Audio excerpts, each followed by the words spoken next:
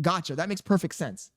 But for you to say that every single dinosaur died, all of them, but then you still got alligators and crocodiles and other reptiles, but not one dinosaur survived, not even the small ones, not even the small dinosaurs survived.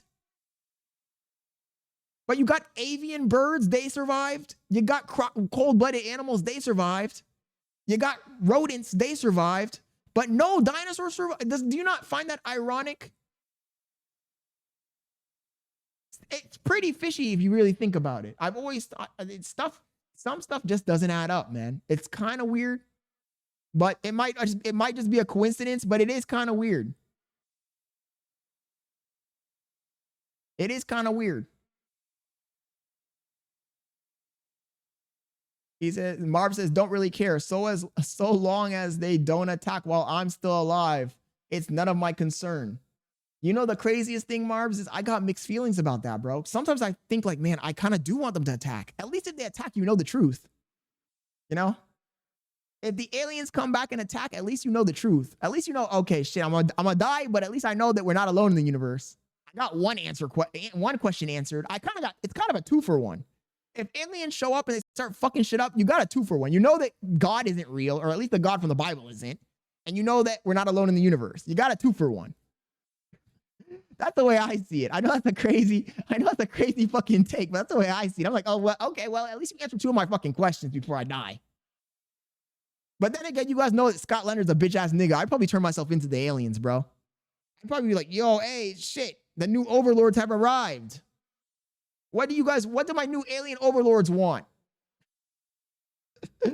Got the turncloak. No way I'm going out like that. The aliens are, if they're violent, but you can negotiate with them, I'm gonna be like, yo, I'm selling them out, nigga. Yo, I'm gonna be one of the ones that sold them out. I'll sell these niggas out to slavery. Fuck it. What do the new alien overlords want?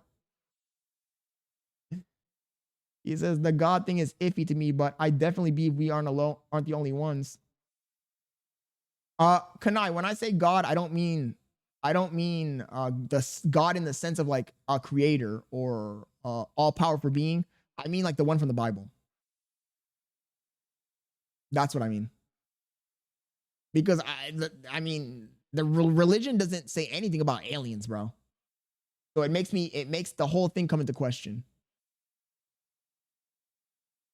He says, yeah, well, we'll find out the truth for that. But then again, there are other things that we also don't know. Where does it stop? But at least you got 2 answers, Marbs. At least you got 2 of the answers, bro. He says, all the oldest civilizations talk about visitors from above that showed them tech, and now we can't replicate the same structures. I honestly do think that civilization has at least restarted a few times, bro. You know why I think that civilization restarted a few times? Because think about it this way. For the last 10,000 years, 9,000 of those years, 600 years, human beings rode around on horses. They lived in huts. They lived a very primitive life. And in the last 200 years, these niggas have gone crazy with tech.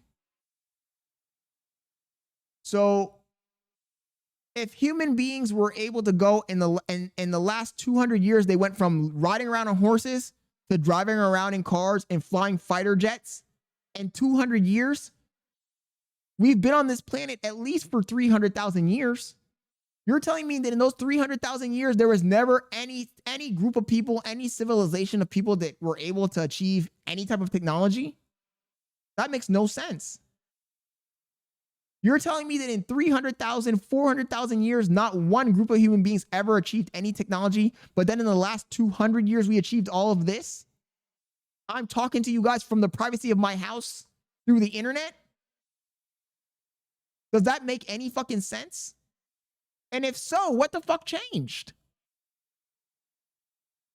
Because you got to think about it. If I had a time machine and I went back 300 years, there were niggas riding around on horses, on horseback. And if I got in that same time machine and went back 500 years, those niggas were still riding around on horseback. And if I went back 1,000 years, they were still riding around on horseback.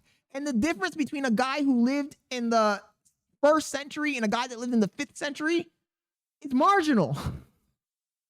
You're telling me that for thousands of years, homies were just living in huts and in small villages and in tiny towns and riding around on horses. And then one day humans were just like, you know what? Let's start building stuff. Let's start making technology. That doesn't make any sense. There's been no fundamental change, bro. He says, what do you think is the most impressive creation, man creation? Oh, shit. The most impressive creation that man has done. That's a hard question, Kanai. Because one might be tempted to say the internet, but then again, I would say this is the most impressive thing that humans have ever created. This. Think about it. Think about how revolutionary this is. Think about how much technology has gone into this, bro. Think about it. This is the culmination of all of our technology, if you really think about it. The ability to have every human being capable of carrying around what essentially would be a supercomputer. If I went back to the 1960s, this would be a supercomputer, more than a supercomputer. So for us all to have the ability to carry this shit around is crazy, bro. The engineering behind this device is insane. The materials it's made out of, crazy. The fucking circuitry, literally microscopic. 3 nanometer technology. Something that scientists said was impossible. They said, oh, it's impossible to design something at 3 nanometer size because the electrons jump and it creates a short circuit. But they achieved it, and we have it now. In fact, I don't even know if this is, I think that we got even smaller than 3 nanometers. I'm gonna look this shit up really quick.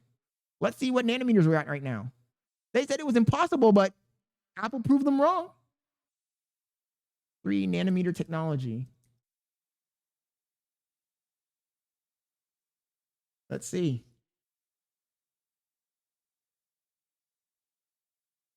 Three nanometer technology is an advanced semiconductor process node that allows for smaller, more powerful, more energy efficient chips by packing significantly more transistors into the same area compared to previous nodes.